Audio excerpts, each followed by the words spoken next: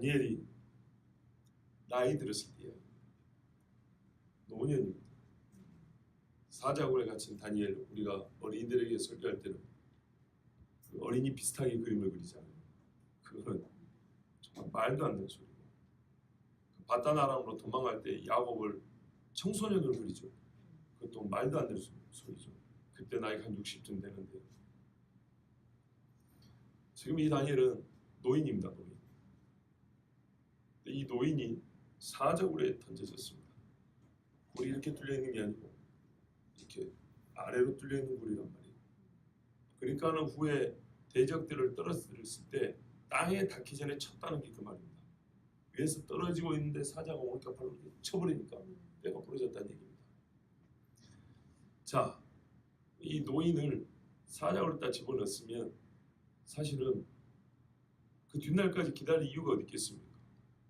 들어가는 순간 사자들이 으르렁거리고 막 달라들어서 뜯어먹는 소리 그 자리에서 확인할 수 있죠.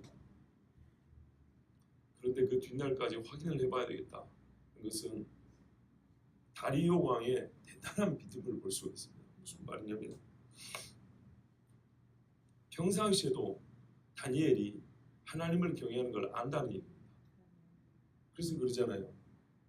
혹시 살았을까 해서 이런 기대 자체가 말이 안 되는 이야기지만 그런 기대를 가지고 밤새도록 왕이 금식하고 풍악을 그치고 잠을 못 자고 새벽이 되자마자 와가지고 그 앞에 서서 다니엘아, 너의 섬기는 하나님이 너를 사자의 입에서 구하시기에 능하셨느냐?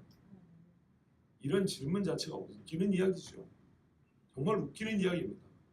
그런데 여러분, 이런 질문을 했습니다. 자, 우리가 크게 한번 봐야 됩니다.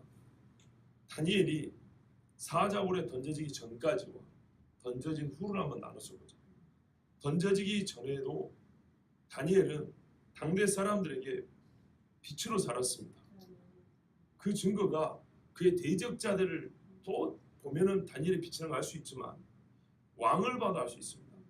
페르시아 사람 다리오 왕이 다니엘을 사자굴에 넣고도 혹시 그가 섬기는 하나님이 살려줬을지 모른다라는 진짜 일반적으로 볼 때는 허황된 믿음 또는 기대를 가지고 그게 슬퍼서 잠을 못 잘 일이지 혹시 그러고 잠을 못 잘 일은 아니잖아요.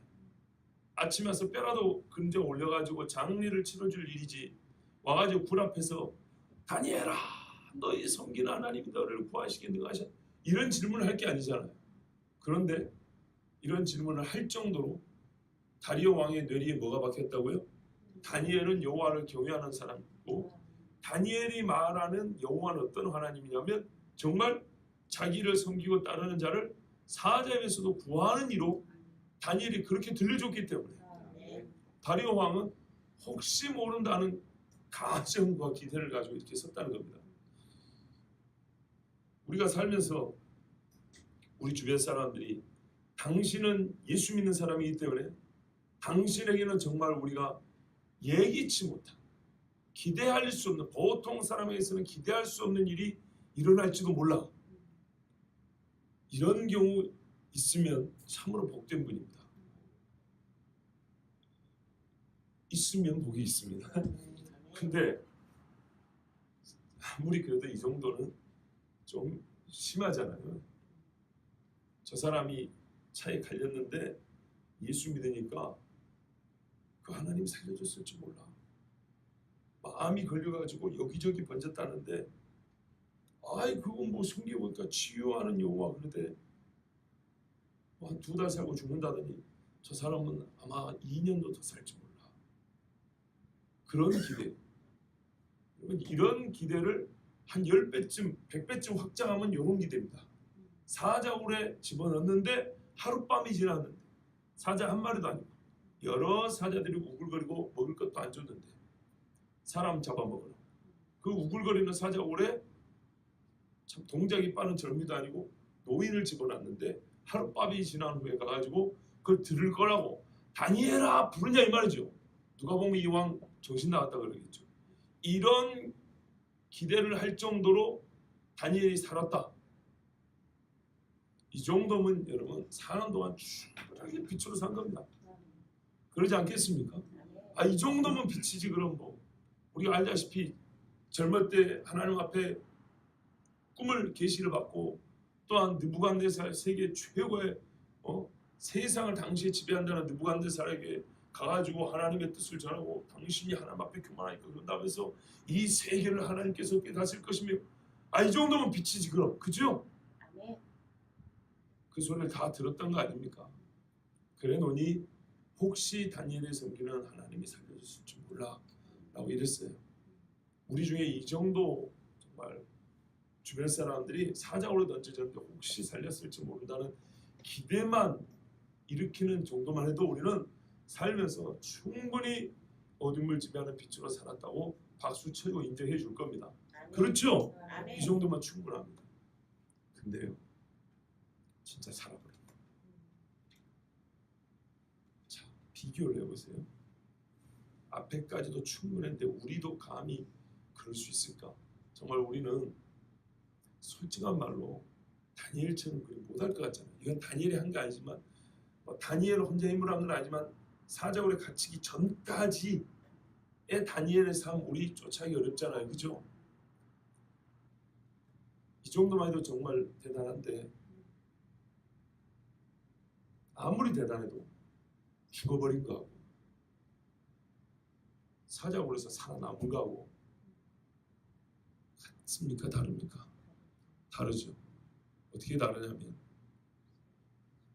살아나오니까 다니엘을 고소했던 사람들 그 옛날 삼족을 멸한다 그러는데 그 가족을 전부 다 끌어다가 사자굴로 집어넣어 버렸습니다. 그런 법은 없었거든요. 그래서 법이 다리오 왕의 신상을 숭배하지 아니하고 다른 신을 숭배하는 자를 사자굴에 넣는다 그랬지. 그 고발 잘못했다고 해가지고 사자굴에 넣는다는 거 아니거든요. 법대로 하면 사자굴에 넣는 거 아무 문제 없어요. 다니엘이 이때 당시 페르시아 법에 의하면 잘못한 거거든요. 그렇죠? 고발한 사람들이 뭐가 잘못했어요? 법이 그런 거를. 그런데 법을 능가해서 너희가 사자도 함부로 못하는 여기서 다니엘의 의로움이 드러나 버리죠. 이 의인을 죽이려고 그 법을 만들자 그랬구나. 그 죄를 물어서 사자굴로 집어넣어 버렸습니다. 자, 여러분, 왕이 알아요. 알게 됐어요. 다니엘을 고발하는 순간 그때 알게 됐어요. 근데 때는 늦었죠. 어쩔 수 없었습니다. 그런데 보세요.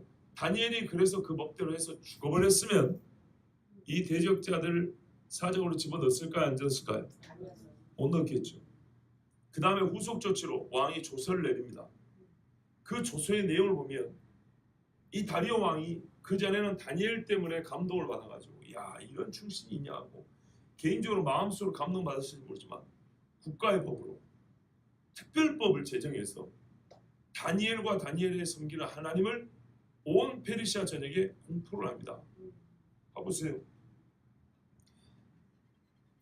그 내용이 뭐냐면 25절 이하죠. 이에 다리오 왕이 온 땅에 있는 모든 백성과 나라들과 언어가 다른 모든 사람들에게 조서를 내려 이르되 원하건대 너희에게 큰 평강이 있을지어다.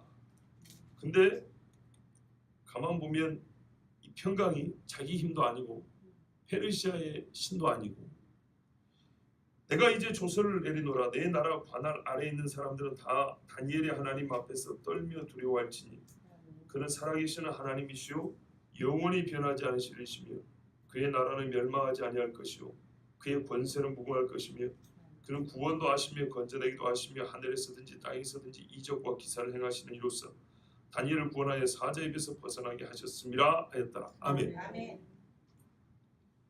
이 말이 한마디로 무슨 말이냐면 다니엘처럼 하나님 믿어라 그 말이잖아요. 주고 보세요. 하나님 앞에서 떨며 두려워할지니 온 백성은 하나님 앞에서 떨며 두려워하래요. 이게 우리 성경적 용어로 한마디로 합치면 여호와를 경외할지니 그 말입니다. 왜? 받지 않냐? 이런 신이었느냐? 받지 않냐? 옛적에 느부갓네살 당시에도 다니엘이 꿈만 해석해줘도 그거 가지고 뭐라 했어요? 왕이 조서를 내렸어요. 이 조서가요. 한마디로 이제 페르시아 전역에 있는 모든 사람은 여호와를 경외하라는 얘기인데 그 유대인들란 얘기인데 모르드게 때도 에스더 때도 보면 유대인 되는 자가 많았더라 그랬죠. 왜요? 다 죽은 유대인인데 이렇게 살아갈 수가 없다는 거예요. 그래서 두려워서라도 유대인 돼야 되겠다. 살려면 유대인 돼야 된다. 이래서 에스더의 말씀에 보면 유대인 되는 자가 많았더라 이렇게 돼 있어요.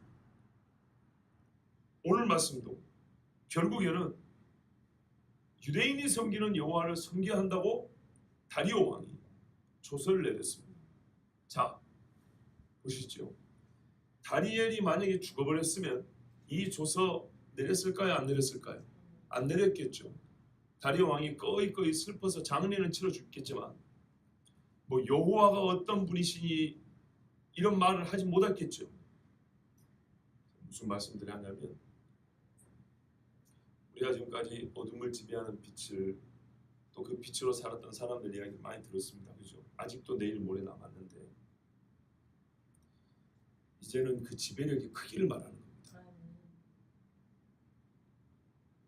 어제는 빛과 어둠 지배력이 시작되는 그 본질적인 이야기였고요.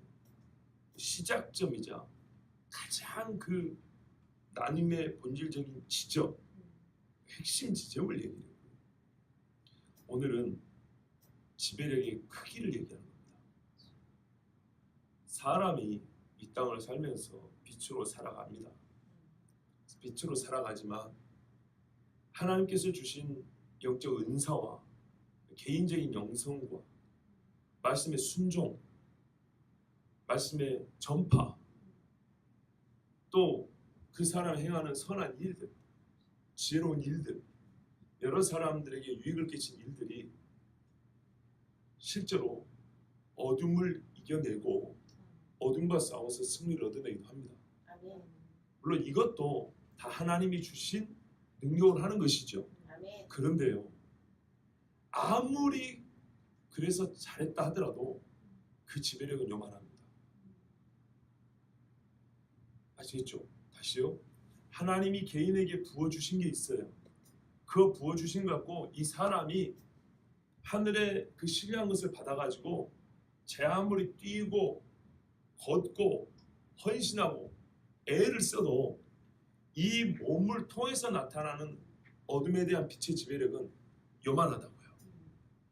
그런데 하나님이 직접 나서가지고 그 사람과 관계하여 직접 나서서 권능을 행해줘 버리면 빛의 지배력은 확 퍼져나가 버립니다.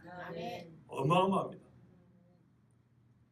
하나님이 사람에게 주신 것을 가지고 그 사람이 열심히 활용해서 받은 은사를 가지고 최선을 다해서 한다 하더라도 그 지배력은 실제로 손톱만하다는 것을 우리가 인정해야 하고 이게 실제입니다.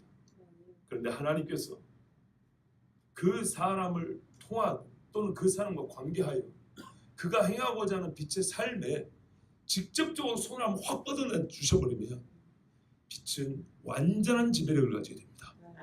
그래서 어둠이 순식간에 저 멀리 도망쳐버려요. 빛의 영역이 순식간에 확장이 되어버리고요. 엄청난 정말 그 빛의 크기 자체가 비교가 안 되는 빛이 이 땅에 쏟아져 버립니다. 모세가 하나님이 주신 능력을 가지고 말을 했어요. 그러니까 이스라엘 백성 중에 일부가 믿더라고요. 그런데 안 믿는 사람이 많았어요. 빛의 지배력을 갖고는 있어요. 근데 안 믿어요. 그러다 어떻게 했어요? 지팡이 딱 던져놓으니까 뱀이 돼가지고 슉 움직이는데 이걸 다시 잡으니까 어떻게 해요? 믿었더라. 10가지 재앙을 행하는데 처음에는 우습게 알았던 그 애굽 사람들이 지그들이 거짓말로 피도 만들었다가 뱀도 만들었다가 이제 우박을 만들 수가 있어야죠. 하늘에서 불이 떠내 흉내낼 수 있어야죠. 안 죽으려고 발버둥을 친단 말이죠. 점점 어떻게 해요? 바로의 신하들도 말이 바뀝니다. 바로요, 보고도 모릅니까? 나라가 많이 가고 있는데 어느 안전이라고 바로한테 이제 대듭니다. 그런 적이 없었어요. 바로는 신이 아닙니까? 애굽에서. 그런데 바로한테 바보새 한 7번째가 8번째 가면 바로를 책망을 합니다. 신하들이. 그리고 자기들도 안 죽으려고 자기들의 종들과 짐승들을 우박대는 집안으로 드립니다. 여호와의 말씀을 요만큼이지만 이제 믿기 시작합니다. 이러면 죽는다고. 자, 장자가 죽었을 때 어땠습니까? 그 전에는 버티고 버텼던 바로가 다 데리고 나가라 그러죠. 그거는 모세가 힘이 있어서 한 건가요? 아닙니다. 하나님이 직접 나선 겁니다. 직접 나서서 죽음의 사자를 보냈을 때 각 집에 사람부터 짐승 새끼까지 첫 것들은 다 죽어버렸습니다. 그러자 꼼짝 못하고 나가라 그랬습니다. 자, 그런데도 정신을 못 차리고 특별 병거들을 동원해가지고 쫓아왔죠. 그죠? 쫓아왔는데요. 홍해를 가르셨습니다. 여러분, 구름 기둥과 불 기둥을 보세요. 기둥이 하나일까요? 두 개일까요? 구름 기둥과 불 기둥은 기둥이 하나일까요? 두 개일까요? 하나입니다. 이게 얼마나 신비롭냐면요. 구름이 확 있다가 점점 불로 바뀌는 겁니다. 그리고 불로 바뀌는 겁니다. 성경에 보면 구름 기둥이 앞에 있다가 뒤로 왔다 그랬어요. 그래서 저쪽에 어둠이 있어 이쪽으로 못 왔다 그랬어요. 근데 뭐라지? 밤새도 이쪽에는 밝음이 있고 저쪽에는 어둠이 있다 그랬어요. 원래 이 구름 기둥은 낮에 구름으로 돼 있다가 밤이 되면 불로 바뀌거든요. 성경에 항상 그렇게 돼 있거든요. 그런데 이게 앞에 있던 게 옮겨가지고 뒤로 와서 이스라엘과 애굽의 군대를 분리시켰다 그랬어요. 못 오게. 근데 성경을 보세요. 이쪽은 어둠이 이쪽은 밝음이래요. 이게 무슨 말이에요? 그날은 이 기둥 하나가 반은 불이요 반은 구름이었다는 얘기예요. 엄청나죠? 이게 거기다가 회오리 바람처럼 올라가는 시기였다면 더 놀랍죠. 이것을 보고도 정말 이걸 보면은 도망을 가야 되는데 보고도 애굽의 바로는 끝까지 고집을 부렸어요. 그런데 이스라엘 백성이 거의 다 건널 때쯤 되자 하나님이 이걸 딱 비켜줬네요. 자, 애굽이 쳐들어왔죠. 쫓아왔습니다. 바다가 말라 있으니까 모래사장이니까 지금도요. 바닷가 모래가 30cm 이상만 되면 탱크가 갑니다. 우리가 잘 아는 2차 대전에 유럽의 노르망디 상륙작전 있죠. 그 바닷가로 간 이유가 뭐냐면 거기가 모래사장이 있기 때문입니다. 전차들 군용차들이 뻘에 빠지면 안 되잖아요. 대주면 바로바로 밀고 나가려면 바닥이 단단해야 되거든요. 모래가 돼요. 모래가 뻘은 안 되면 모래는 된다고. 그래서 거기로 상륙한 겁니다. 자, 그러니까는 이게 이제 막 전차를 몰고 가는데 어떻게 했어요? 하나님이 물로 덮어서 다 죽여버렸죠. 출애굽기 강의 때 말씀드렸는데요. 그때 그 광경을 이스라엘만 본 게 아니에요. 그 주변 민족들이 봐가지고 노래로 짓고 시로 지은 것들이 그 고대 문학 작품에 남아있는 것들이 있어요. 그리고 이스라엘도 그것을 잊지 못하고 시편에도 기록이 되어 있고 항상 자기들의 뿌리침을 말해요. 출애굽, 홍해. 자, 여러분, 홍해가 없었다면 이스라엘 역사에 하나님이 행하신 구원에 대하여 이스라엘의 완벽한 구원의 그 인식 그리고 믿음을 믿지 못할 때 믿어야 한다고 그렇게 강조할 수 있었을까요? 없었을 겁니다.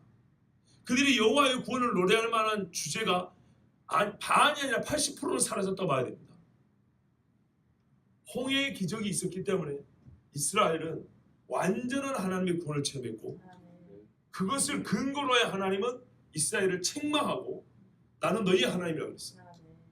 장자의 죽음에서 면해준 것뿐만 아니라 홍해까지 넘어야 진짜 출애굽이다니까요. 히스기야가 빛으로 살았습니다. 자기 아버지 세대, 할아버지 세대가 우상 숭배가 다 부셔버렸습니다. 그 자체 이스라엘 전체에 큰 빛의 영향을 미치고 산 사람입니다. 솔로몬 이후 지키지 않았던 유월절을 지킨 사람입니다. 어마어마하죠. 예, 태양상들을 부셔버리고 뭡니까? 느수단이라고 모세 때 그 광야에 노뱀 있죠. 이스라엘 백성이 그거를 그때까지 이제 우상으로 섬겼다고 해요. 무슨 부적처럼. 그것도 다 부셔버린 사람이 히스기야입니다. 대단한 사람입니다. 그런데요,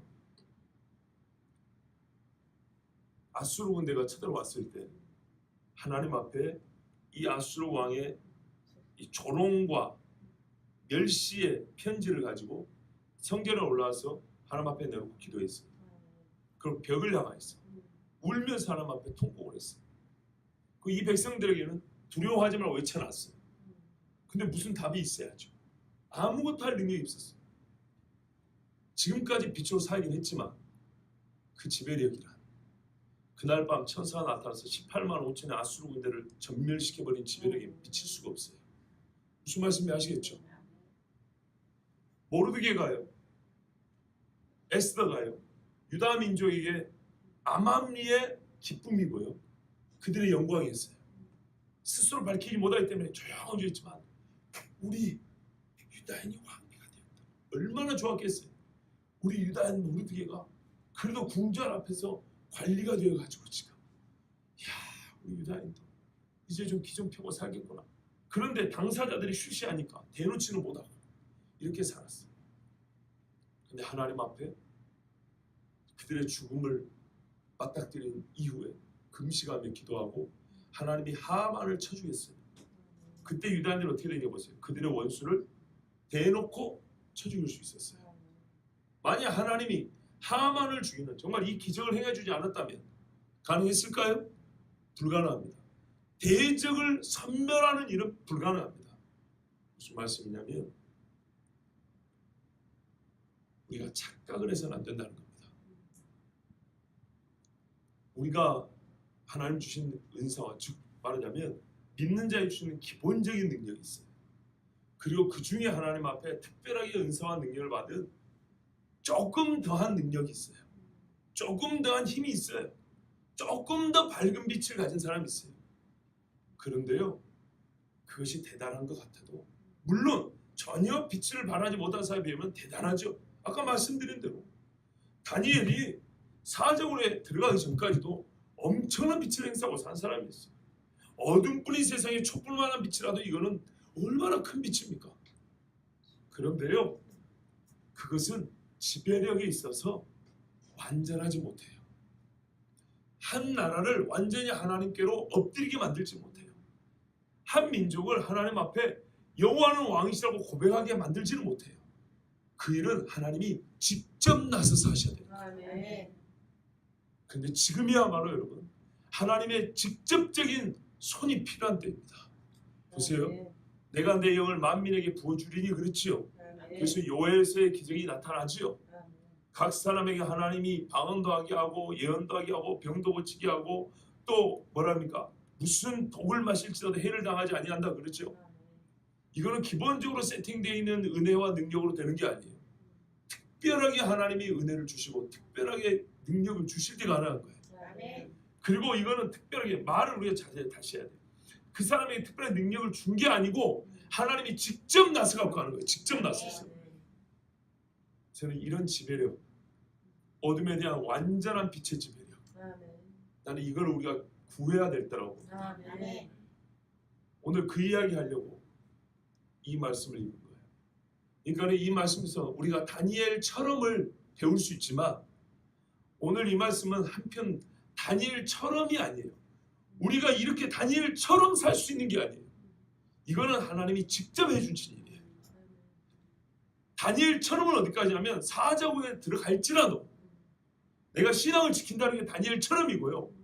사자굴에서 살아남은 거는 다니엘처럼이 되는 게 아니고 하나님이 정말 뜻을 정하시고 직접 나서서 다니엘을 감싸 주신 거예요.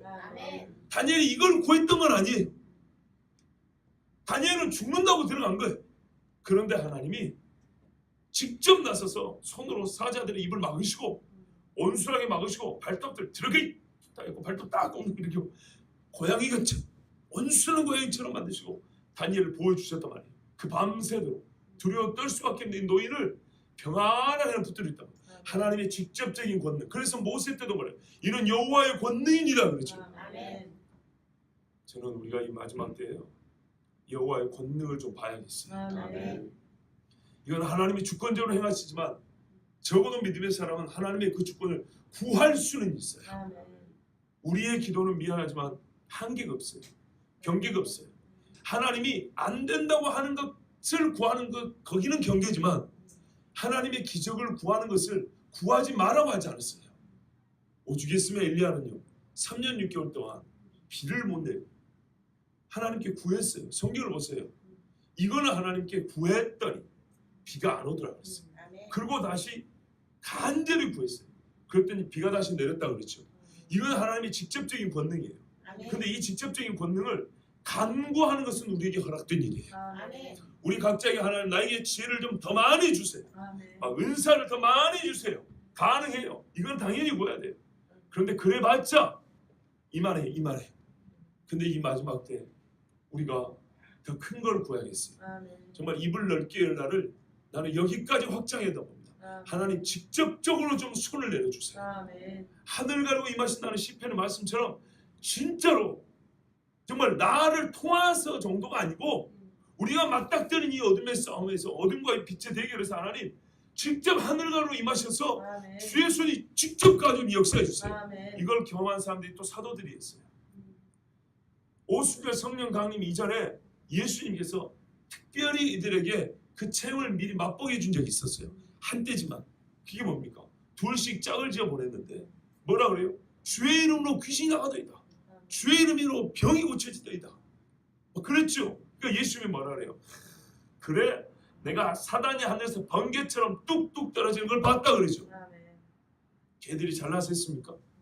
하나님이 그 아들을 통해서 뭐 주신 은사를 10분 활용을 해서 그랬습니까? 아니요. 사단이 안에서 번개처럼 떨어지는 건요. 하나님이 그들이 말할 때 하나님이 손으로 직접 해가지고 권능을 행해 주신 것이었어요. 맞다. 우리의 지배력은 정말 별 볼 일 없다. 물론 어둠의 세상에서 그 빛이 있다는 자체만 하더라도 크지만 우리 주의 직접적인 손이 역사하는 권능에 비하면 아무것도 아니다. 그렇다면 우리가 살면서 하나님의 빛이 어느 정도로 역사하는 걸 봐야겠는가? 정말 어떤 빛의 지배력을 우리가 봐야겠는가? 할 때 하나님 내 생전에 하나님의 손이 권능으로 역사하셔서 진짜 애굽을 뒤집어 놓고 페르시아 왕을 무릎 꿇게 하신 것처럼 옛날에 바벨론의 느부갓네살 왕을 하나님 앞에 두 손 들게 하신 것처럼 그런 권능을 봐야겠습니다. 저 북녘 땅이 어떻게 하나님 앞에 돌아갔습니까? 우리 중에 어떤 사람이 말재주가 좋아가지고 우리 중에 어떤 사람이 막 이렇게 능력이 좀 있어요? 아니요. 하나님의 직접적인 손대심이 있어야 됩니다.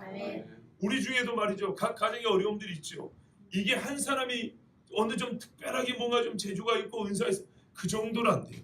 그것은 어느 정도 그래 너는 하나님을 참 잘 믿는 사람이다. 이럴 때도 기도할 수 있다니 너는 참 대단하다. 그 정도지만 하나님이 직접 역사하면요. 대번에 하나님께 무릎 꿇고 나오는 역사가 일어납니다. 제가 어제도 그제는가요? 이 새벽에 사실은 이 새벽 기도에 요 근래 정말 기도 열심히 하는 분들이 계세요. 근데 그저께는 이제 처음으로 제가 오해하지 마세요. 제가 뭐 기도 얼마 안 하고 간 것처럼 오해하지 마시고 열심히 합니다. 1시간씩 기도하고 갑니다. 근데 저보다 오래 남아 계신 분들이 몇 분 있어요. 얼마나 감사한지 몰라요. 그런데 그날은 웬일로 제가 제일 늦게 남아있게 됐어요. 근데 그날 남아있었던 이유가 있어요. 혼자 있으니까 오히려 마음 편하게 기도가 하나님 앞에 정말 고백도 되고 깊은 간구도 있고 그리고 그날 설교는 제 자신에게 하나님 주신 말씀에서 제 스스로 회개도 하고 하여튼 혼자 있어서 이제 은혜가 더 있는 시간이었어요. 그때였던 걸 기억하는데 제가 그랬어요. 이 설교하려고 한 게 아니고 좀 생각이 난 거예요. 이 설교를 준비하다 보니 생각이 났어요. 하나님이 역사해 주지 않으면 나중에 어떤 기도 제목이 있는데요. 사람이 했다 할 겁니다. 우리가 이렇게 기도했는데도 불구하고 하나님이 역사 안 해주시면 끝내 가서 그 일이 끝났을 때 사람이 했다 할 겁니다. 하나님 그렇게 내버려 두시겠습니까?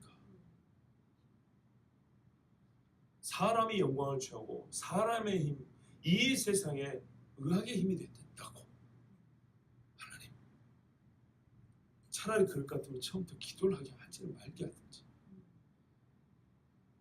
그렇게 하시겠습니까? 내가 마음이 너무 답답했어. 하나님 좀 크게 역사를 하셔가지고 하나님 살아계신 것을 보여주세요. 하나님 살아계신 것을 정말 우리에게도 정말 우리 교회도 이 길류의 소리교회 말이죠. 내가 살아있다는 것을 하나님 직접 손을 좀 대주세요. 손을. 나 혼자 있으니까 그렇게 마음 편히 막 기도를 했어요. 그런데 어젯밤에 정말 여러분 오해하지 마세요. 저는요 하루마다 하루 먹습니다. 만나 받듯이. 이런 이야기를 사사롭게 안 해도 되는데 혹시나 할까 무슨 설교할 때 의도가 있어서 어떤 기획 작품인 것처럼 아니라는, 어젯밤 11시 12시 될 때까지, 아니요 새벽 1시 돼서요 하나님 계속 고민합니다. 이 말씀입니까? 저 말씀입니까? 이 사람입니까? 저 사람입니까? 근데 중요한 건 인물이 아니라 하나씩 아니에요. 이번에는 인물이 아니요 뭡니까? 막 이렇게 하나씩 물어가는데, 그래서 하나님 주신 거였어요. 어제 밤늦게, 아니 오늘 새벽이죠. 믿음. 너희들이 빛의 지배력을 가지고 살기로 한다. 그게 얼마나 되는가? 성경을 봐라. 완전한 지배력으로, 완전한 지배는 내가 직접 손을 댄다. 그게 이름하여 너희가 말하는 기적이라는 거다. 진짜 기적이 일어났을 때 급격한 변화, 정말 완전한 빛의 사람으로 바뀌고 전체가 하나님의 빛 되심을 인정하는 역사가 일어나지 않냐. 여기까지 구해야지. 너희가 구하는 것은, 우리가 지금까지 틀을 보세요. 하나님 나에게 뭘 좀 주세요. 내가 좀 뭘 좀 해가지고잖아요. 그런데 이 틀도 넘어야 된다. 물론 이렇게 살지만 구할 것은 하나님 나를 통하여 나타나는 빛의 지배력이 우리의 지금까지 구함이 있다면 그것을 넘어서서 성경에 보면 수많은 역사 중에 진짜로 빛이 완벽하게 지배하는 일들의 공통점은 뭐냐면 다 기적이었어요. 기적이 일어날 때였어요. 우리 보면서 기적이 일어나네 그러잖아요. 진짜 기적이 있을 때였어요. 맞다. 그때 하나님의 빛 되심이 사람의 손을 통하지 않고 순도 100%로 하나님께만 영광이 되고 빛의 지배력도 완벽하게 나타나는 거예요. 어둠을 완벽하게 제압을 해버리는 거예요. 그것을 구해야겠구나. 맞다. 쉽게 말씀드릴게요. 기적을 구하라고 말해요. 하나님 우리 시대에 기적이 필요합니다. 하나님의 손이 필요합니다. 역사해 주시옵소서. 나를 통한 빛 지금까지 감사하고 충분합니다. 더해 주시길 원합니다. 그런데 우리가 이 마지막 때에 정말 구하고 바라는 것은요, 하나님 직접 역사해 주십시오. 완전한 지배력, 완전한 빛의 지배력을 우리가 보게 하여 주시옵소서. 오늘 그 사례 중에 하나가 본문입니다. 한 나라의 왕이 조서를 내리기를 너희는 유대인이 되어야 한다. 너희는 유대인의 여호와를 경외해야 한다. 여러분 이것은 하나님께서 직접 사자원에서 다니엘을 구하여 주심으로 말미암아 가능한 일이었습니다. 이런 일을 봐야겠다 이 말입니다. 이것은 하나님이 주권적으로 행사하지만 우리에겐 적어도 구할 수 있는 권한을 주셨습니다. 하나님 앞에 기적을 구하셨어요. 이 마지막 때 하나님의 빛의 지배력이 완전하게 나타나는 것을 보는 복이 우리에게 있기를 원합니다. 기도하겠습니다.